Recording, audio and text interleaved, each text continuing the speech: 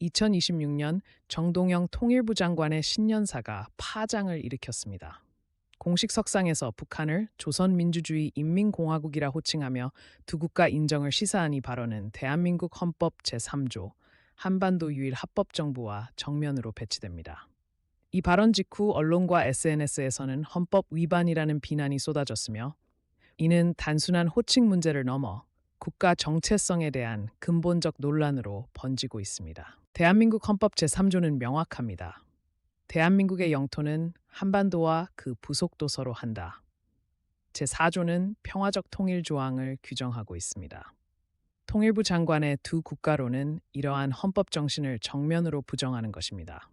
헌법학자들은 이 발언이 유일 합법정부 원칙을 훼손함으로써 향후 통일 논의의 법적 기반을 무너뜨릴 수 있다고 경고합니다. 1948년 제헌헌법 이래 대한민국은 한반도 유일의 합법정부임을 천명해 왔습니다.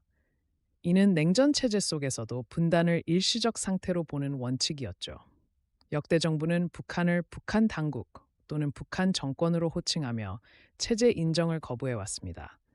그러나 현 정부의 조선민주주의인민공화국 공식 호칭 사용은 이러한 역사적 원칙과의 단절을 의미합니다. 두 국가로는 북한의 유엔 가입국 지위를 암묵적으로 인정하는 효과를 낳습니다.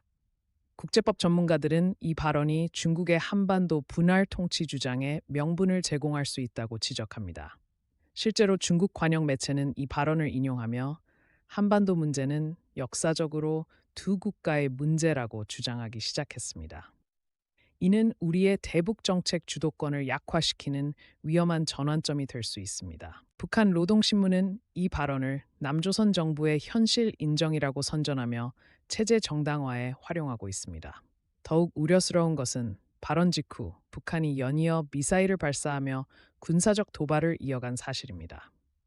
정보당국에 따르면 김정은 정권은 이 발언을 대남 공세 강화의 기회로 인식하고 있으며 체제 인정을 약점으로 활용한 추가 도발 가능성을 경계해야 합니다. 국회에서는 여야 간 격렬한 논쟁이 펼쳐졌습니다. 야당은 헌법 파괴라며 장관 해임을 요구하는 반면 여당은 현실적 접근을 강조하며 방어에 나섰습니다. 특히 통일부 장관에 대한 국정조사 청구안이 제출되는 등 정치적 갈등이 고조되고 있습니다. 헌법재판소도 이 문제에 대한 판단을 준비 중이며 이는 향후 전국의 중대한 변수가 될 전망입니다. 군사 전문가들은 두 국가론이 NLL 북방 한계선 등 현안에서 주권 논란을 재점화할 수 있다고 경고합니다. 전 현직 국방부 관계자들에 따르면 이 발언은 작전 지휘 체계 혼란을 초래할 수 있으며 특히 급변 사태 시 중국의 개입을 막을 법적 근거를 상실하는 결과를 낳을 수 있습니다. 실제로 군 내부에서는 이 발언에 대한 대응 매뉴얼을 긴급히 검토 중인 것으로 알려졌습니다. 최근 여론조사에서 응답자의 68%가 이 발언이 통일 정책의 방향성을 훼손한다고 답변했습니다. 특히 20, 30대 젊은 층에서는 현실적 접근이라는 지지 의견도 32%로 나타나 세대 간 인식 차이가 두드러집니다. 시민단체는 헌법 수호를 주제로 집회를 열며 반발하고 있는 반면 일부 평화운동 단체에선 대화를 위한 실용적 태도라고 옹호하는 등 사회적 분열이 심화되고 있습니다. 두 국가론이 공식화될 경우 북한 내 급변 사태 발생 시 우리 군의 신속한 대응이 불가능해질 수 있습니다. 유엔 안보리에서는 중국의 개입을 저지할 명분이 약화되며 더욱 심각한 것은 북한 주민 보호 의무를 포기하는 결과로 이어질 수 있다는 점입니다. 안보 전문가들은 이 발언이 한반도 평화 프로세스가 아닌 오히려 영구적 분단을 초래할 수 있는 치명적 오류라고 지적합니다. 모든 논란의 시작은 헌법 정신과의 충돌이었습니다. 전문가들은 두 국가론이 단순한 명칭 문제가 아니라 대한민국 건국 이념 자체를 뒤흔드는 위험한 실험이라고 강조합니다.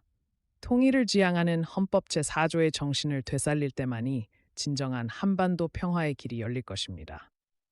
장관의 발언 영상이 다시 재생되지만 이번엔 헌법책이 닫히며 경고의 메시지로 마무리됩니다.